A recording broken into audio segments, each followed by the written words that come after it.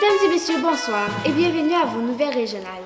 Beaucoup de choses se sont produites sur la scène régionale aujourd'hui. Alors commençons tout de suite avec Ludovic. Qu'est-ce qui s'est passé aujourd'hui? Cassandre, croyez-le ou non, mais nos Huskies de Rouyn-Noranda se sont rendus à Amos pour parader la Coupe du Président. On les voit ici au refuge Pajot. Ils sont beaux, n'est-ce pas? Vous êtes sûr que ce ne sont pas des loups? Loup, Husky, qui peut faire la différence? Vous avez bien raison. Allons rejoindre maintenant Olivia en direct du Théâtre du Cuivre pour la 35e édition du Festival international de cinéma en Abitibi-Témiscamingue. Je suis devant le Théâtre du Cuivre où une festivalière a revu le comédien Marc Messier. Delphine, racontez-nous qu'est-ce qui s'est passé. Je m'en allais voir un film, puis qui j'ai vu le beau Marc Messier à quelques mètres. J'étais très surprise. Est-ce que vous avez parlé? Non, ça m'arrive des fois d'être un petit peu crackpot, mais pas au point de parler à un personnage dans un film. Ah, je comprends maintenant. En voyant en studio, car ici, nos nouvelles sont pas si importantes que ça finalement. Dans ce cas, on rejoint immédiatement Camille qui n'a pas nécessairement de bonnes nouvelles pour nous. En effet, je me trouve au cimetière de Rouyn-Noranda où est-ce qu'on vient tout juste de mettre en terre un grand homme.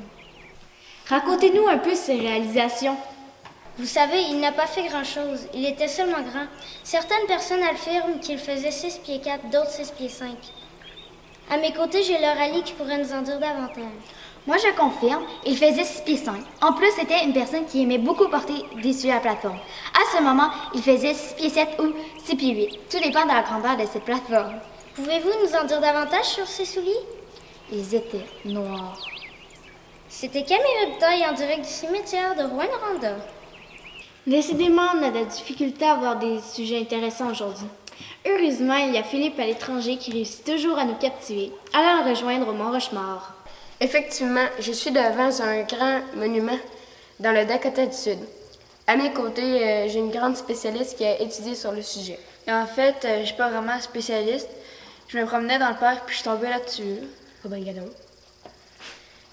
C'est pas grave, faites comme si vous connaissez ce sujet. OK. C'est une montagne qui comporte des faces. Apparemment, c'est l'effet du vent qui a sculpté ces bizarres de faces.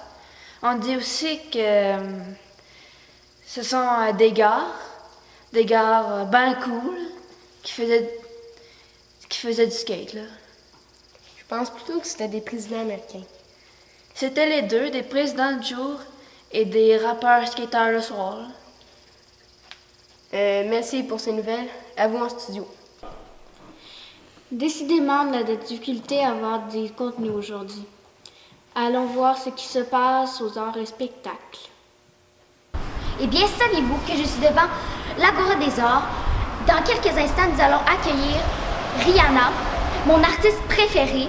En plus, j'ai réservé le premier rang à moi toute seule pour qu'elle me voie. Moi. Alors, terminons notre bulletin avec Ludovic et la météo.